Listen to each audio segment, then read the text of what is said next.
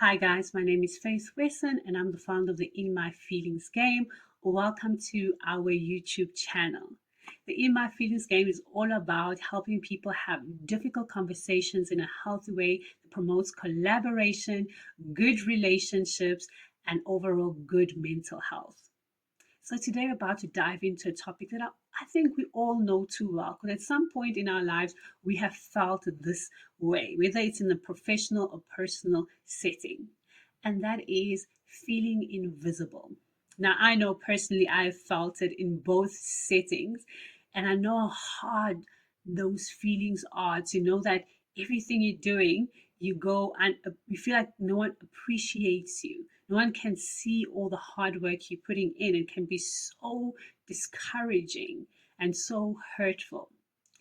So, guys, if you like this topic and you find this topic valuable, please do subscribe to our channel. We're all about talking about relatable real life problems that everybody goes through, and we help give you some very simple preventative solutions or solutions that you can start using now to work your way into a better mental health. So please, guys, subscribe to this channel.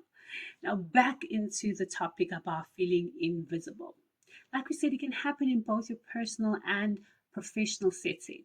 Now, on the personal side, this can happen in romantic relationships where you're putting a lot of effort and stuff and your partner does not see it. So you feel unappreciated.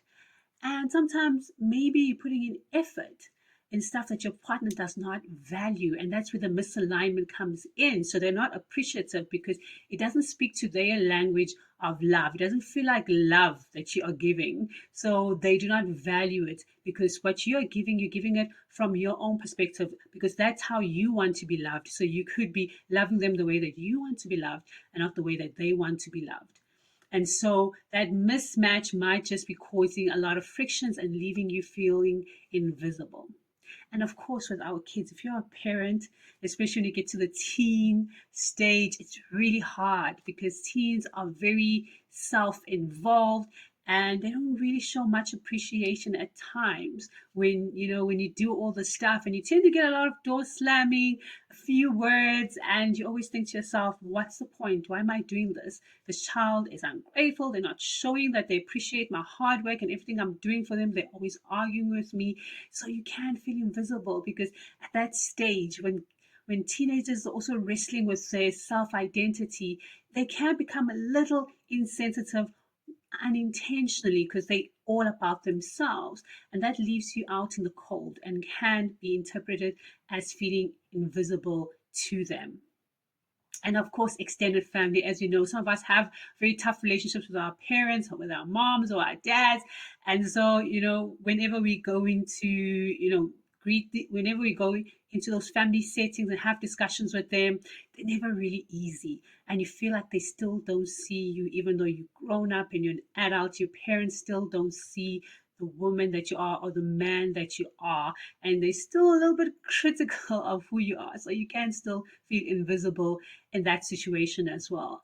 And of course, in the work setting, putting in a lot of effort to show your boss that you are really all about getting that promotion and that you're a hard worker. And sometimes people don't even see it. And other people get promoted instead of you. And that can cause a lot of resentment and hard feelings of being invisible because how can that person be more visible than you when you are doing more than them?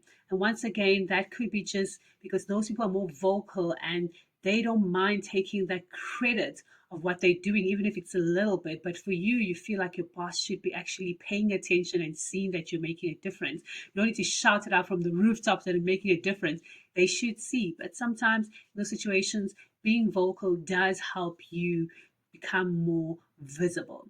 So now that we understand how feeling invisible can happen in a different type of relationships, we do also understand it is hard. No matter how you really spin it, it's a hard feeling to sit with, knowing that you are doing the most and yet people don't show any appreciation or try to support you or ask about you or put in the same kind of effort that you're putting in for you as you're doing for them. And that can be really hard to know that you are doing the most. So now that we understand that it can be a hard feeling, let's talk about how do we work on this so that you feel more visible and do things in a healthy way doesn't make you feel like you are sabotaging and depleting yourself and sacrificing yourself for other people. It's happiness instead of focusing on your own. So the first solution idea we want to talk about is misalignment in value. Number one, as we spoke about relationships, sometimes we are pouring or putting in effort in things that we value, but maybe the other person does not value. So it's time to have those difficult conversations with people. Sit them down, tell them, hey, I've been putting a lot of effort in this. I think you're not noticing it.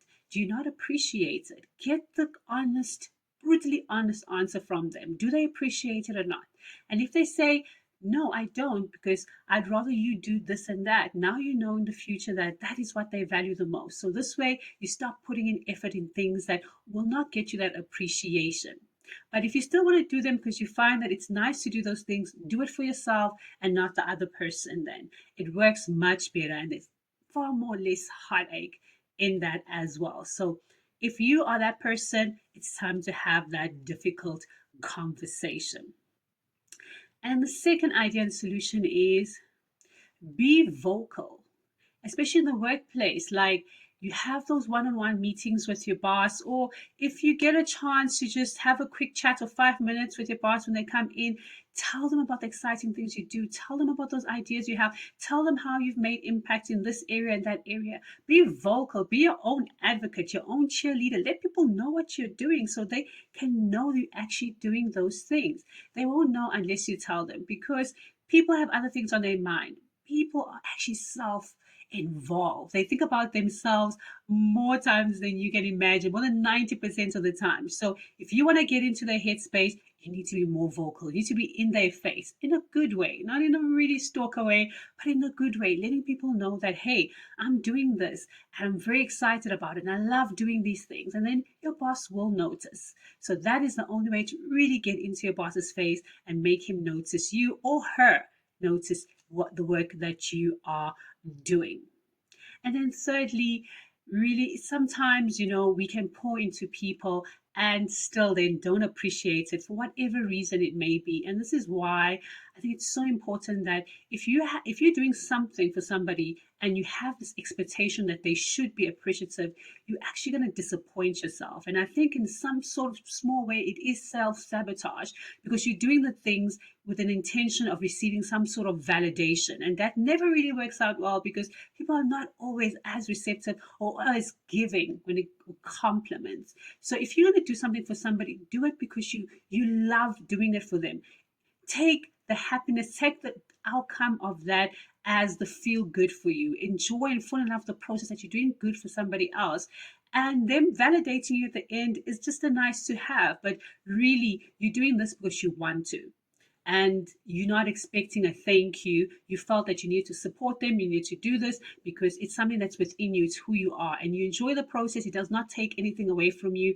Then kudos, do it. But if it is depleting you and you don't really want to do it and you're doing it for validation, now it's time to have that boundary conversation to say, we do not pour into things for validation.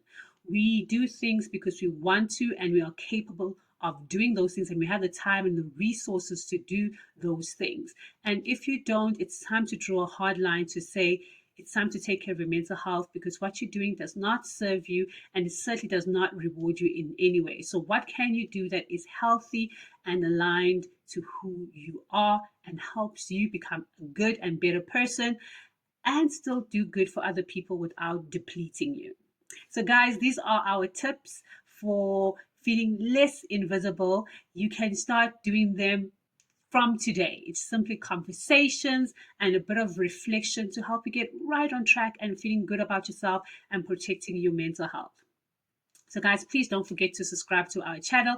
If you love these conversations, these topics, we got plenty of them because we're all about helping you live your best mental health life. So from me, Faith Wesson from the In My Feelings Game, it's a goodbye. Thank you.